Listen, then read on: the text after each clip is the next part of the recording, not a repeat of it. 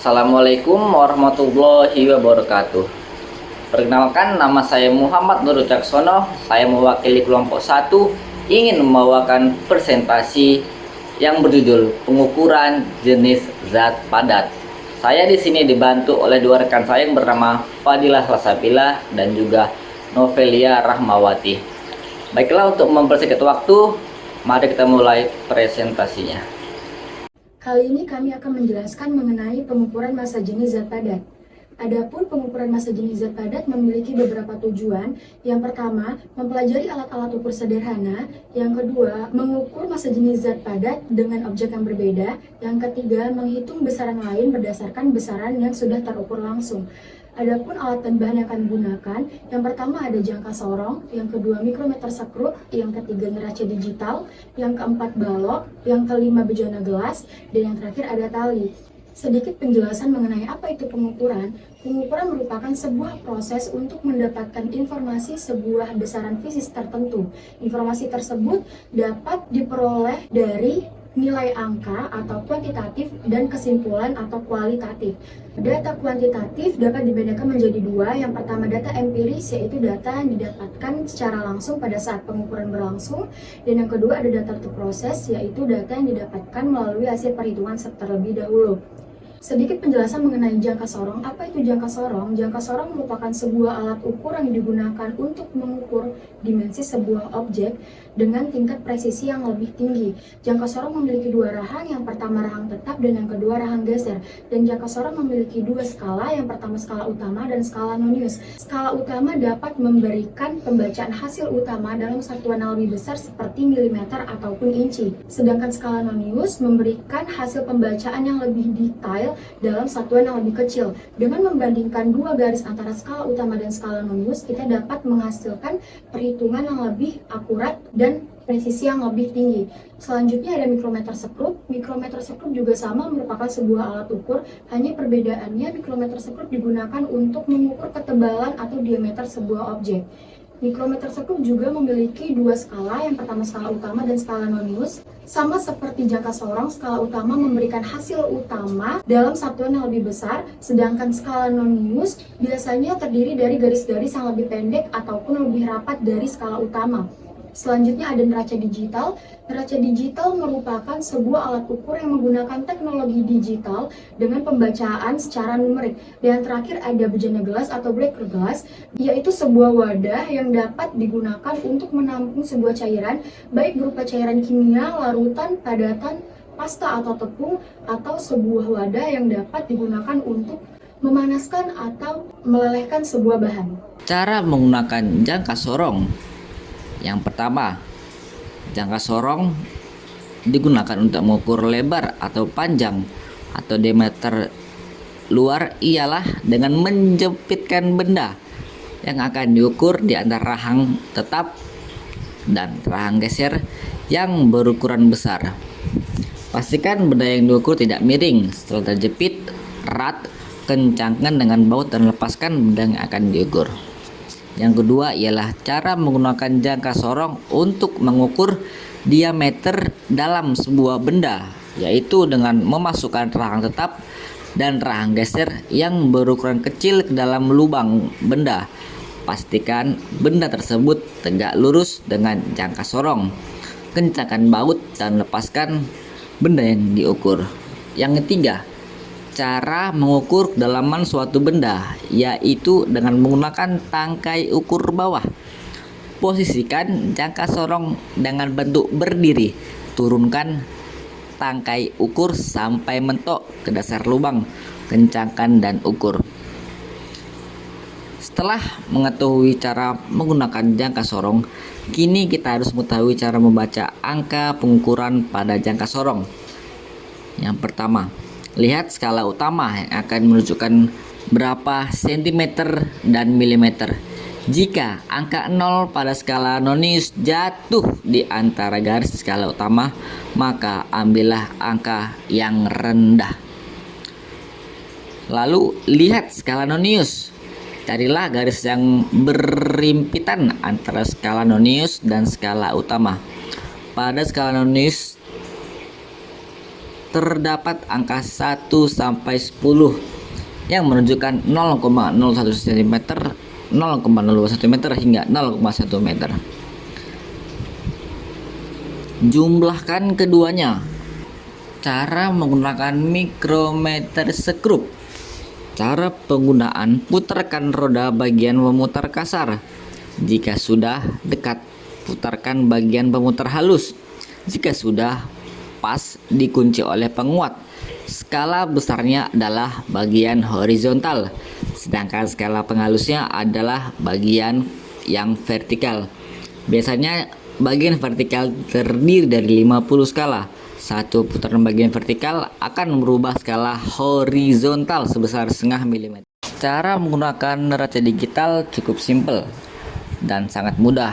Yang pertama kita lakukan adalah mengaktifkan atau menghidupkan neraca digital tersebut dengan tombol on atau off.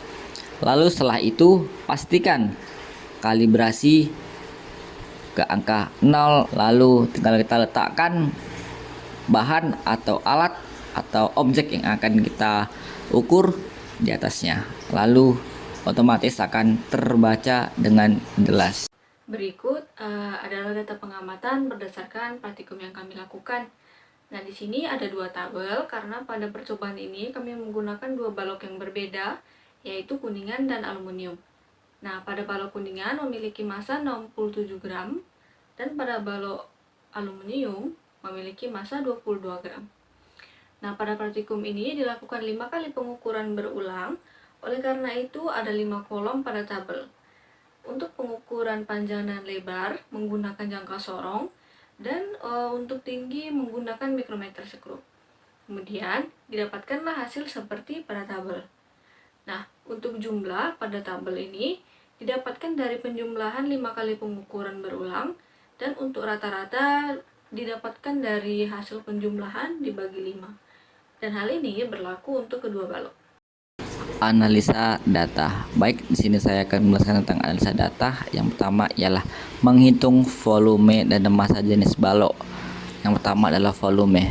Volume memiliki rumus V sama dengan P dikali L dikali T. Sebagai contoh, saya mengambil data dari tabel tersebut, ialah P adalah 20,25, L dengan 20,5 dan T adalah 20,47. Dikalikan dan mendapatkan hasil 61,22 mm. Yang kedua ialah massa jenis. Massa jenis memiliki rumus P sama dengan M dikali V, di mana M-nya ini adalah berat dan V itu adalah volume yang kita cari pertama. Untuk M-nya ialah sesuai tabel 67 dan V-nya adalah kita dapatkan tadi 61,22 dan dapatkan hasil 1,09. Selanjutnya ialah ketidakpastian pengurangan berulang. Seperti yang bisa dilihat pada tabel yang ada di tampilan. Di sini saya membuat dua tabel. Yang pertama itu hasil pengukuran yang sesuai tabel pertama dan tabel sebelahnya hasil setelah dikuadratkan, seperti 20,25 dikuadratkan menjadi 420,5 dan seterusnya.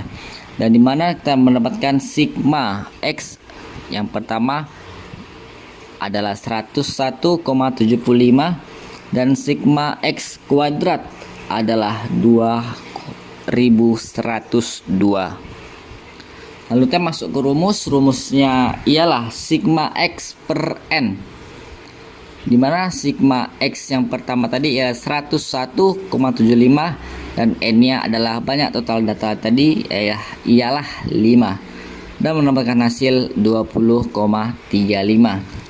Selanjutnya, mana rumus S adalah 1 per N dikali akar dari N kali sigma XI kuadrat dikurangkan dengan sigma XI yang dikuadratkan dan dibagi N kurang 1. dapatkan hasil 1/5 dikali akar 5 dikali 2102 dikurang 100, 1,75 pangkat 2 per 4, dimana kita dapatkan hasil yaitu 1/5 sama dengan,